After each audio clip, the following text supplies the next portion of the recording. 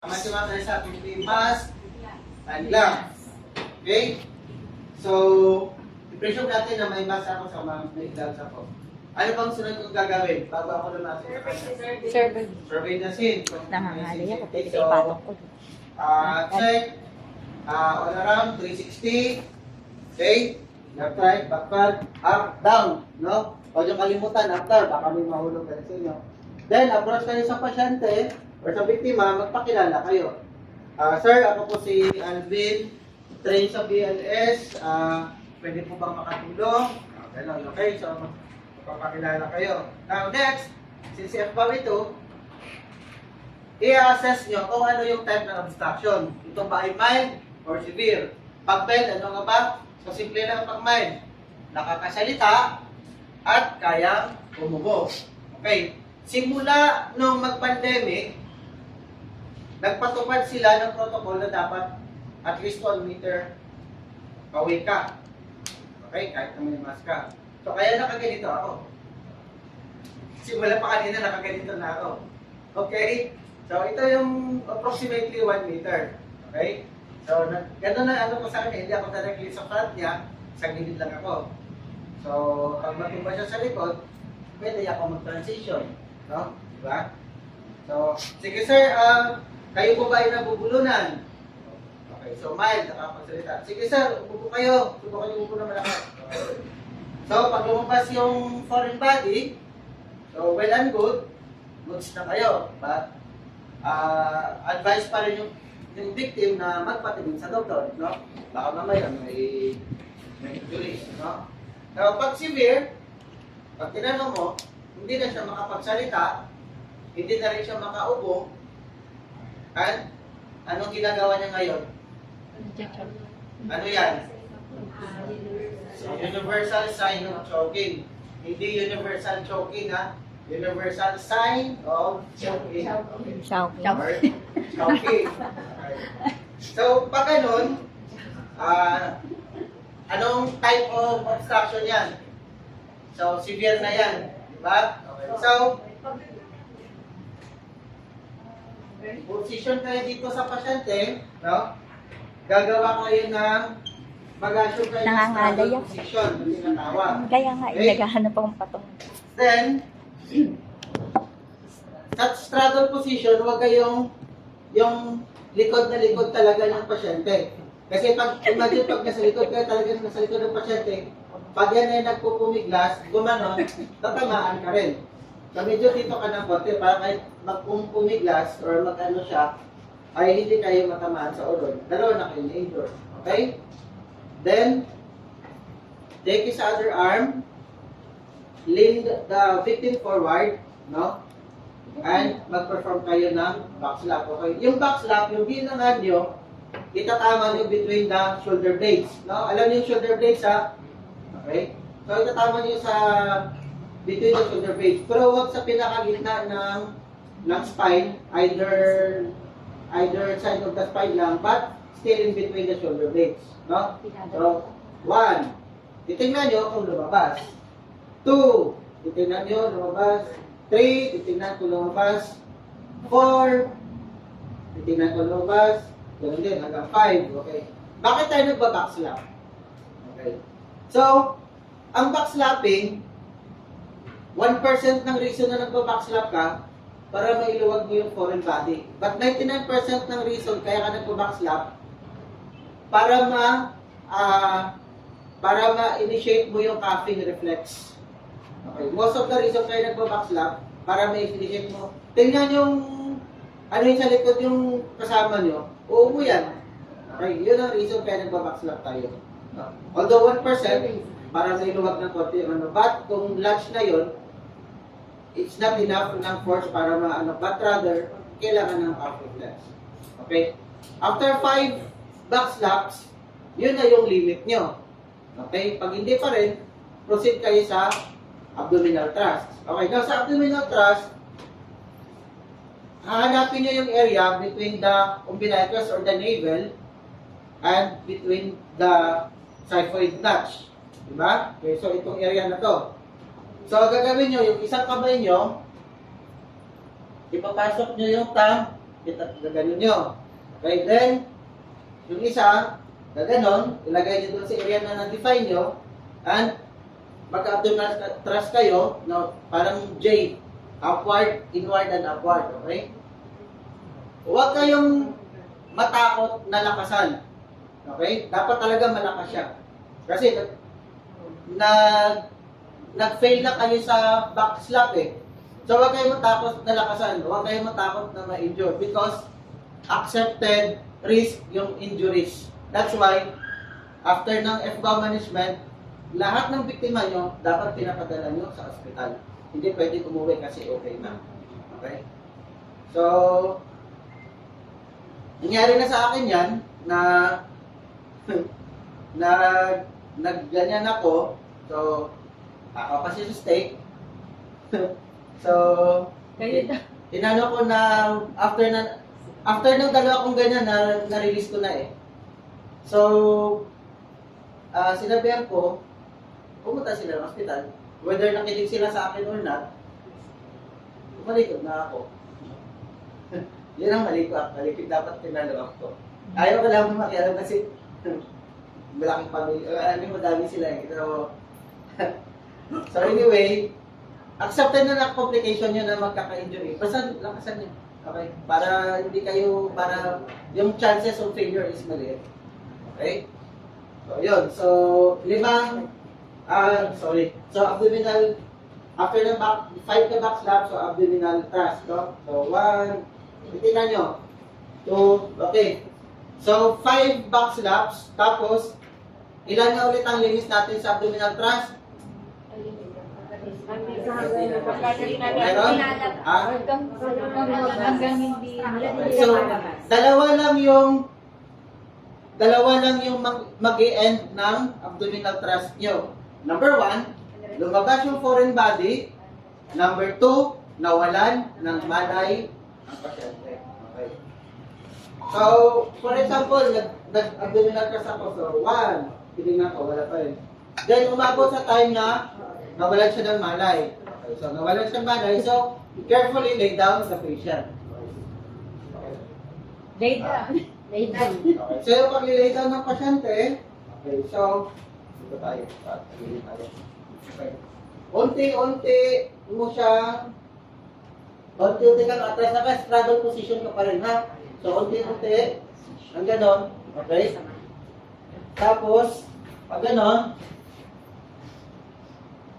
dito muna siya. Okay? So, ginamit mo yung thigh mo para sandalan niya.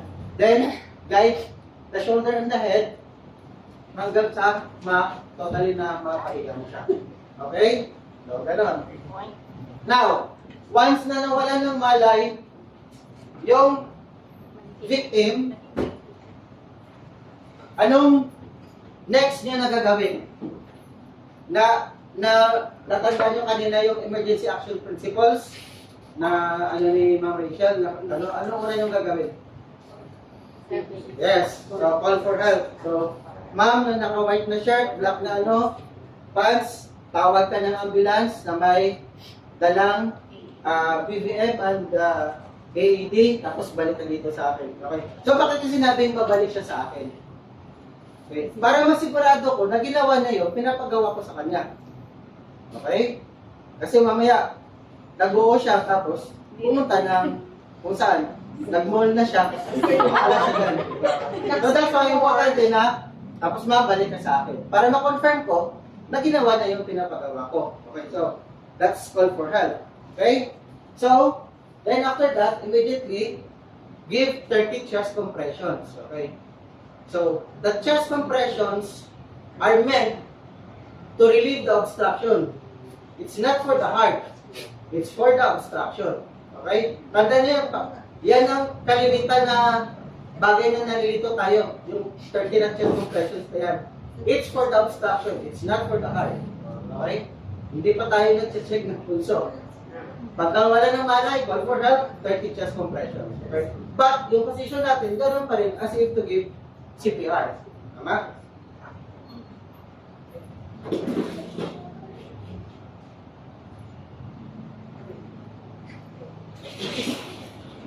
For training purposes lang, no? Kaya hindi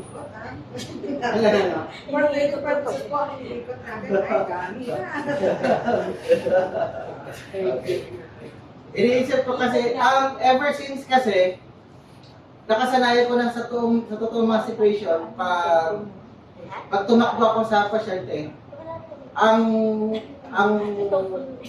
approach ko palagi dito sa side, sa kanan na side ng pasyente. Ever since nakasanayan ko yun, never ako pumunta sa kaliwa ng pasyente.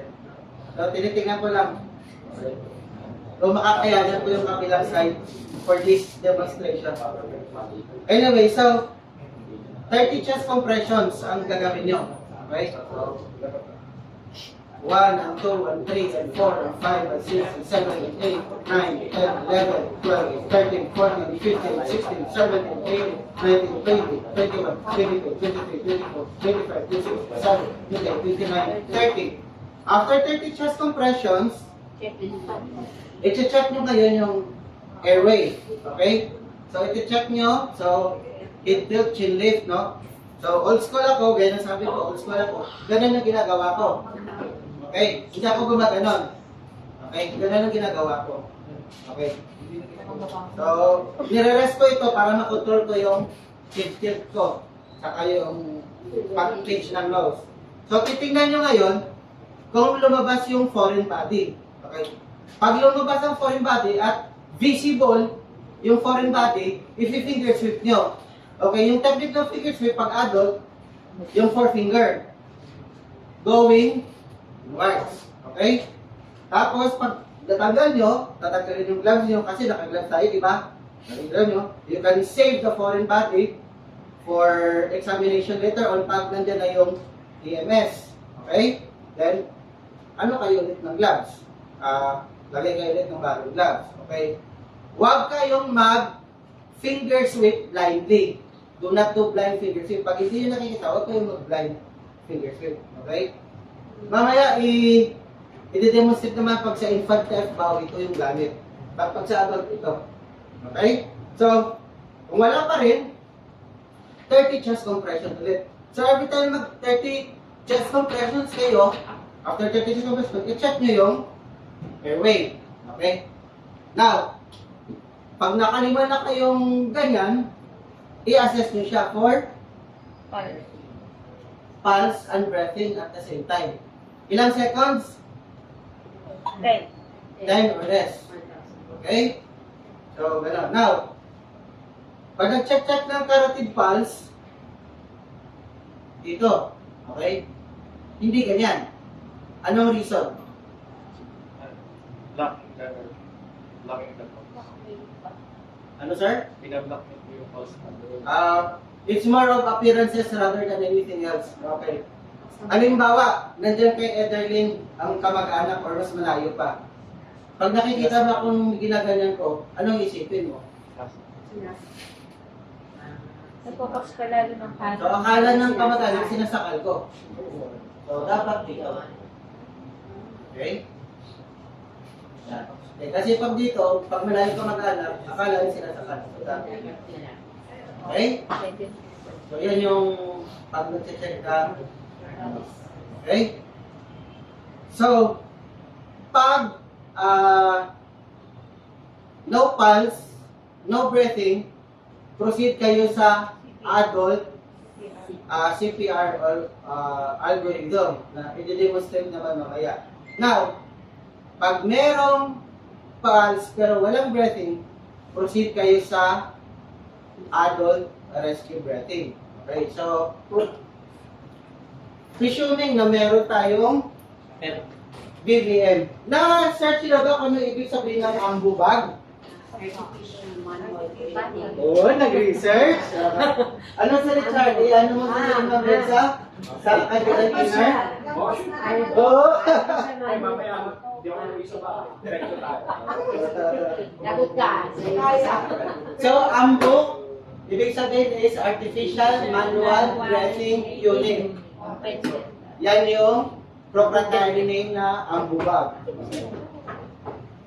So, this is your PVM. Okay? So, yung mask ay yung face mask is tear-shaped, di ba? Okay.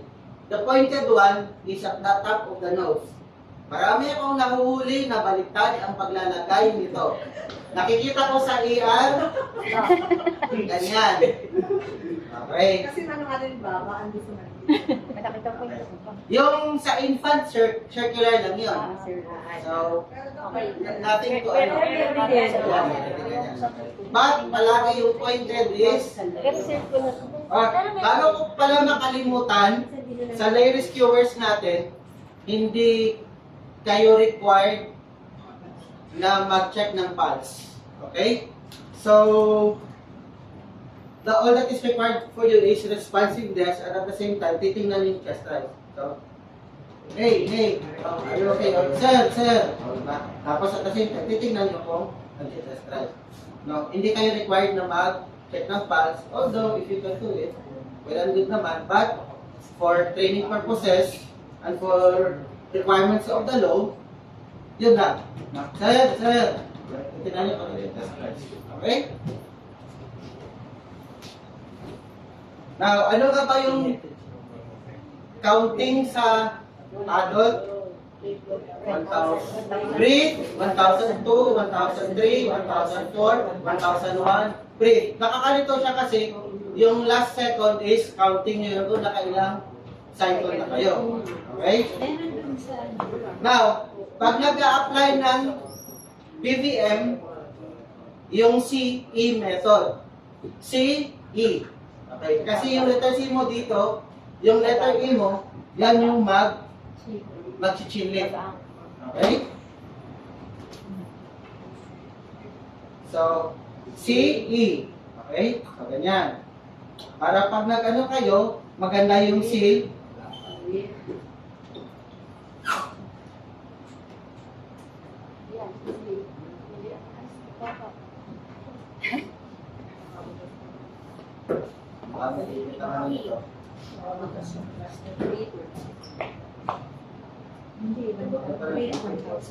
Limit ang lungs.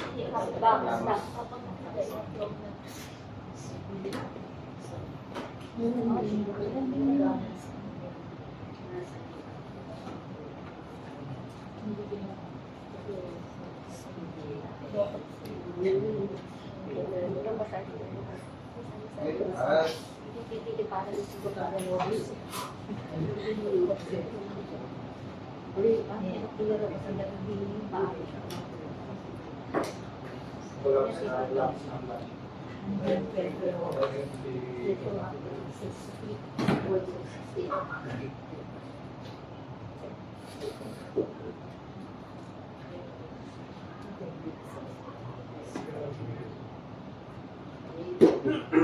Tingnan natin. CE. Meron naman pala. Okay, so, count with me ha. So, breathe. 1,002, 1,003, 1,004, 1,001. Breathe. 1,002, 1,003, 1,004, 1,002. Breathe. 1,002, 1,003, 1,004, 1,003. Breathe. 1,002, 1,003, 1,004, 1,004. Breathe. 1,002, 1,003, 1,004, 1,005. Breathe. 1,002, 1,003, 1,004, 1,006. Breathe. 1,002, 1,003, 1,004, 1,007. Breathe. 1,002, 1,003, 1,004, 1,008. Breathe. 1,002, 1,003, 1,004, 1,009. Breathe. 1,002, 1,003, 1,004, 1,010. Breathe. 1,002, 1,003, 1,004, 1,011. Breathe. 1,002, 1,003, 1,004, 1,012. Breathe. 1,002, 1,003, 1,004, 1,030. Breathe. 1,002, 1,003, 1,004, 1,040. Breathe. 1,002, 1,003, 1,004, 1,050. Breathe. 1,002, 1,003, 1,004, 1,060. Breathe. 1,002, 1,003, 1,004, 1,070. Breathe. 1,002, 1,003, 1,004, 1,018. Breathe. 1,002, 1,003, 1,004, 1,090. Breathe. 1,002, 1,003, 1,004, 1,020. Breathe. 1,002, 1,003, 1,004, 1,021. Breathe. 1,002, 1002, 1003, 1004, 1022. Breathe. 1002, 1003, 1004, 1023. Breathe. 1002, 1003, 1004, 1024. Breathe. So, ganon. Magsisimula sa beat, Mag-end sa birth. Okay? So, ganon. So, after your, breathing, no? Pwede ulit kayo mag-reassess, no? This time, kung merong pulse, merong breathing, pwede nyo na siyang sa recovery position. Okay? So again, yung recovery position, yung arm, nearer you, igaganyan nyo sa above the head. Then arm farther from you, across the chest. The leg, farther from you, i-bend sa knee, i-bend sa hips. Ilalagay dito. Then, lag rolling. So, dito sa hips at sa shoulder, i-ano niyo siya papunta sa inyo. Okay? So, yung recovery position para kahit na mag-vomit siya, hindi siya ma-aspirate.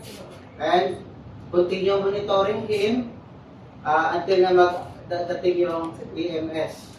Okay? Mamaya, I think, i-lecture nila ni Sir Richard saka ni Sir Christian kung how often ang monitoring pag stable saka unstable. Okay? So, ganun ang gagawin natin. Okay? So, goods? So, i-demonstrate ko tuloy-tuloy para maano nyo sa skills. Okay? I-shortcut ko lang mamaya ang rest breathing. Okay, sige.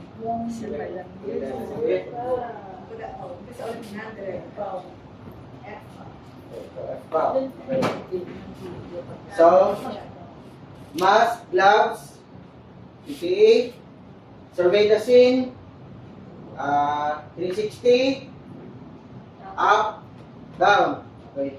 Sir, ako si Alvin, trained sa PNS, baka makatulong. Kayo po kayo na bibilaukan?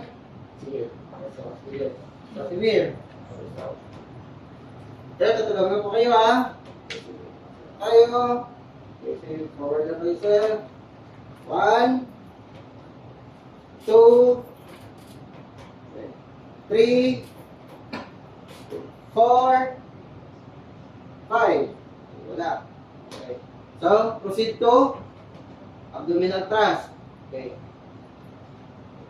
1, 2, 3, Best actor. until na nawala ng malay si pasyente. So, nawala ng malay si patient. Okay. Tandaan nyo pala, pag nagpapano pala kayo, pag the same na sex lang, ganyan lang, okay? Pag different sex, lalo na pag lalaki si rescuer at babae si sa labas yung kapit. Although, ito mahirap kasi pag lupay tayo pa siya, pwedeng gumanon at mag-slip. So, ingat lang, no? So, this is more effective, but for ng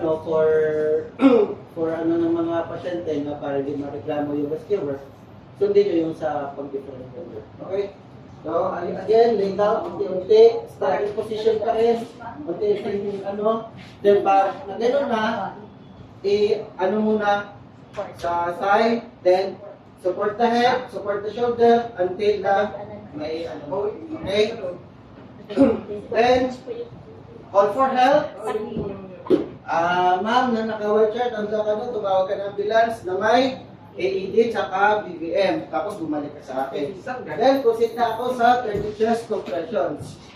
1 and 2 and 3 and 4 and 5 and 6 and 7 and 8 and 9 and 10 11, 12, 13, 14, 15, 16, 17, 18, 19, 20, 2, 3, 4, 5, 6, 7, 8, 9, 30. Check! Okay, pag meron, give it. Pag wala, tuloy pa rin. 1, 2, 3, 4, 5, 6, 7, 8, 9, 10, 11, 12, 13, 14, 15, 16, 17, 18, 20, 21, 22, 23, 24, 25, 26, 28, 29, 30. Okay.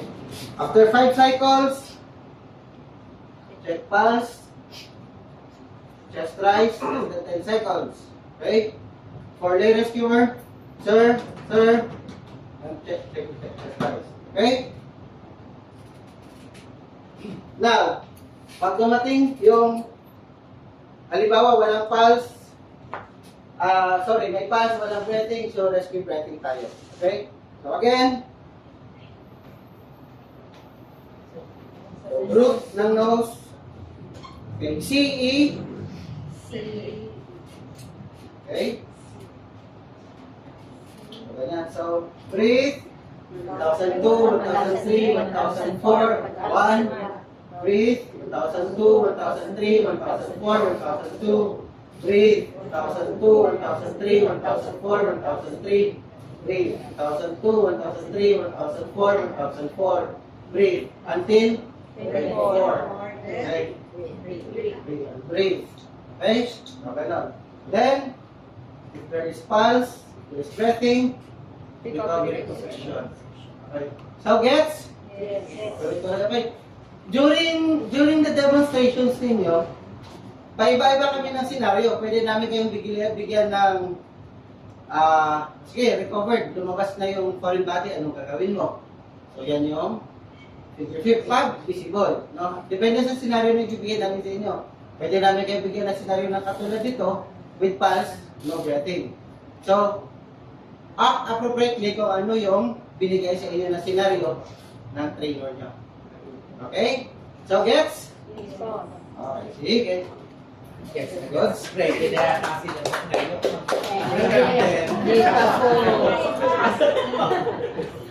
Sa inyo na to.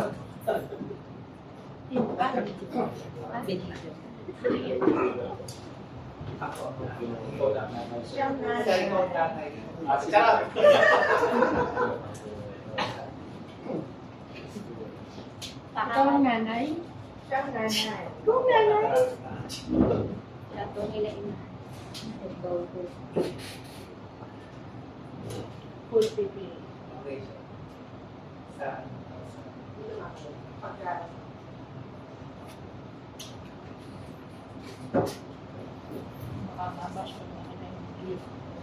So, pag dito ngayon, tayo sa infant na rescue, head bow muna pala, foreign body obstruction management. So, una po, yung EAP, check for the safety. So, left and right, up and down, then 360. Then, PPE on. Ako po, si Rachel Yamosa, trained PLSR. Pwede po ba ako makatulong? Ano pong nangyari kay baby? Babayat na. Pwede po ba siya pumilag? So, pagka ano po natin kay baby, pagkakuha po natin kay baby, siyempre check po natin, ano po? Ilo-lower po natin ang yan niya. So, mag-start tayo. Lalunok mo ng anda. So, pagkakaroon natin kay baby, check natin. So, iba na yung kulay niya, iiyak niya, hindi siya tuloy-tuloy na ano. So, may obstruction. Kasi sabi ni Manny, nakalunod daw ng bola o jolen. Okay, ano. So, saan po tayo mag-i-start? Siyempre po, box-lap. Ano po? So, pwede po nakaupo, pwede rin po na nakatayo. Basta po suportado si baby. So, dito po tayo. Kung alin po ang kamay na may hawak kay baby, siya po ang gagamitin natin at iibig natin si baby para po secure. So, ilan pong box lap? 5. Ano po? Umpisa? 1, 2, 3, 4, 5. Check po natin. Wala pa pong lumalabas. So, sunundan natin ang chest, thrust. So, depende po sa inyo kung alin ang komportable kayo. Either po yung pang-gitna at pang-apat or pang-gitna at yung pangalawa. So, dito po, since na mas mahaba yung sa, point sa dirty finger, ano. So, ito po, 1, 2, 3, 4, 5. Check po natin. Wala pa rin po. Conscious pa rin si baby. So, pwede pa po natin siya box lap.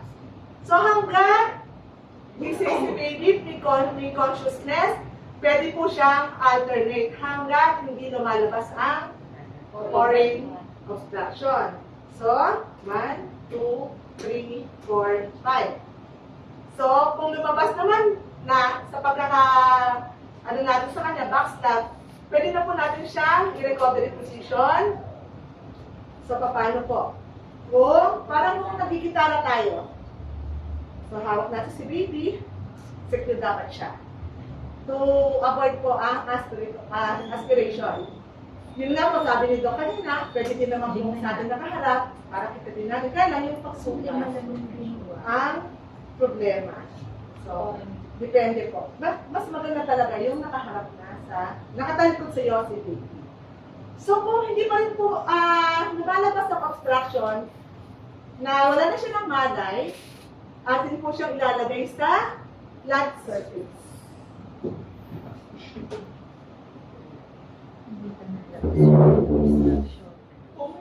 So, wala na siya ng malay. Since, nawala siya ng malay, tayo po ay magpapahingi na ng tulong.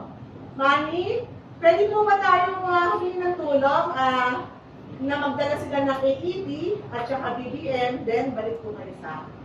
Dapat pala maging precise tayo sa hinihinga natin ng tulong. Kasi doon ako nakatingin tatlo sila doon. So, ang hina natin, at plus kasi naman na Manny, di ba si Manny, may dalahan niya. So, kung dapat maging precise po tayo, kasi para alam nila kung sila yung kinakausap natin. Then, sabi natin na bumalik kasi baka nga po yung kagaya sabi ni Doc na inutusan natin, napakasilian natin, napunta pala ng safe more. Nalimutan na meron pala nangyayari incident na sabi ng kanina. So, ganun po. Then, mag-start na tayo ng 30 chest compression. Kaya din po sa adults. 30 din po dahil alone pa po tayo na ano. So, hindi na po natin na, hindi na natin muna i-check yung ano kasi naman to, yung fitness kasi galing sa atin, tapos nawala na ng malay. So, after natin makahingi ng tulong, makapagpahingi, dahil na tayo sa 30 compression. So, 1, 2, 3, 4, 5, 6, 7, 8, 9, 10, 11, 12, 13, 14, 16, 17, 18, 19, 20, 1, 2, 4, 5, 6, 7, 8, 9, 30. After po nun, check po, hindi na po natin i-head lift, chin lift si baby kasi, bakit po? Medyo delicate pa po yung kanyang spinal cord kasi hindi pa ganun ka-develop and baby pa. So, check lang po natin. Kung wala pa, another 30 chest compression. 1, 2, 3, 4, 5, 6, 7, 8, 9, 10, 11, 12, 13, 14, 15, 16, 17, 18, 19, 20, 1, 2, 3, 4, 5, 6, 7, 8, 9, 30. So, kung meron na po na lumabas, pag-check natin, using po ang isiliit natin. I-strip po natin papunta sa atin, hindi po palabas. Then, pagkakuha po ng foreign object, balot po sa gloves, isang tabi natin, then magre-gloves po tayo para po sa assessment natin. So, lumabas na, i-assess natin. Sa healthcare provider, saan po natin i-check ang kanyang files? Sa radial po. Pwede din po sa femoral. So, less than 10 seconds. 1001, 1002, 1003, 1004, 1005, 1006, 1007, 1008, 1009, 1010. So, si baby, may paghinga, may tibok ang pulso, recovery position. Then, referral po.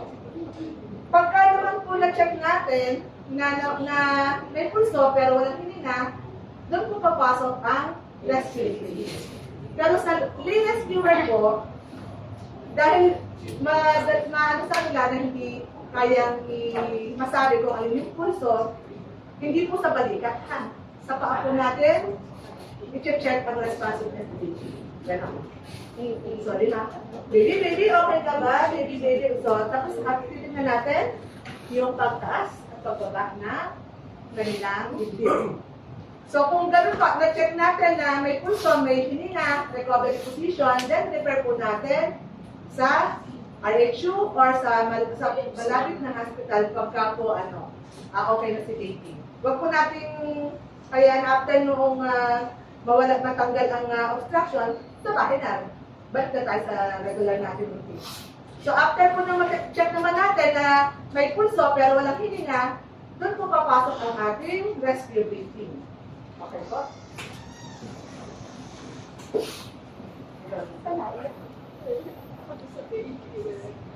So, ang magre-rescue breathing si Renz. Si Manu Renz. So, gano'n din po. Pag ano natin doon, check na sa safety. Yung EAP, talagang sunod-sunod talaga yun. EAP, PPE on, tapos ay yung ating emergency. Paano na po natin gagawin yan? Ang PPE. Tapos singing. Tapos, start. Breathe. Hindi na po Hindi na tayo. po. Ano? Breathe 1,001. Breathe 1,002. Breathe 1,003. Breathe 1,004. Breathe 1,009. Breathe 1,006. 1,006. Breathe 1,007. 1,008. Hindi lang po lahat. 1,009. Breathe 1,010. Breathe 1,012. Breathe 1,013. Breathe 1,014. Breathe 1,015. Breathe 1,016. Breathe 1,017. Breathe 1,018. Breathe 1,019. Breathe 1,020. Breathe 1,021. Breathe 1,022. Breathe 1,023. Breathe 1,024. Breathe 1,025. Breathe 1,026. Breathe 1,027. Breathe 1,028. Breathe 1,029. Breathe 1,030. Breathe 1,031. Breathe 1,032. Breathe 1,033. Breathe 1,034. Breathe 1,035. Breathe 1,036. Breathe 1,037. Breathe 1,038. Breathe 1,039. Breathe 1,040. Breathe 1,041. Breathe 1,042. Breathe 1,043. Breathe 1,044. Breathe 1,045. Breathe 1,046. Breathe 1,047. Breathe 1,048. Breathe 1,049. Breathe 1,050. Breathe 1,051. Breathe 1,052. Breathe 1,053. Breathe 1,054. Breathe 1,055. Breathe 1,056. Breathe 1,057. Breathe 1,058. Breathe 1,059. Breathe 1,060. Breathe. So, huwag kakalimutan. Start tayo sa beach. Mag-e-air tayo sa breathe. Then, assess breathing. Kung bumalik na ba yung hininga o in less than 10 seconds. Ganun din po. Sa breathe yan or pwede naman. Pag gano'n naman natin sa rescue burn, okay po. Tapos, referral. So, diba, nakita nyo, meron tayo ng 5 EAP na. Hindi pa na At saka po yung sa recovery position, ang ginawa ko dito, ano natin, parang nilalang. position, ituturing po natin tunay ng ating pati para po Basta po sa kitchen baby. Dapat Palaging mababa yung ulo. dapat din na ginagawa pa yung gano'n. Bago din dito yan. So, ayun. Yung sa pag ano, yung sa pag-pick up ng baby ha. Kasi may mga instructor na mahigpit. Ganyan. Okay? Ano? Yes. Okay? Tapos, ingat. Puro grip na. So, nakaipit yung dito yung ano nyo. puro green. Okay? Hindi kami na-reach. Iba yung hawak mo doon. Natok na si ate. Iba yung hawak mo. Dahil pag ikaw,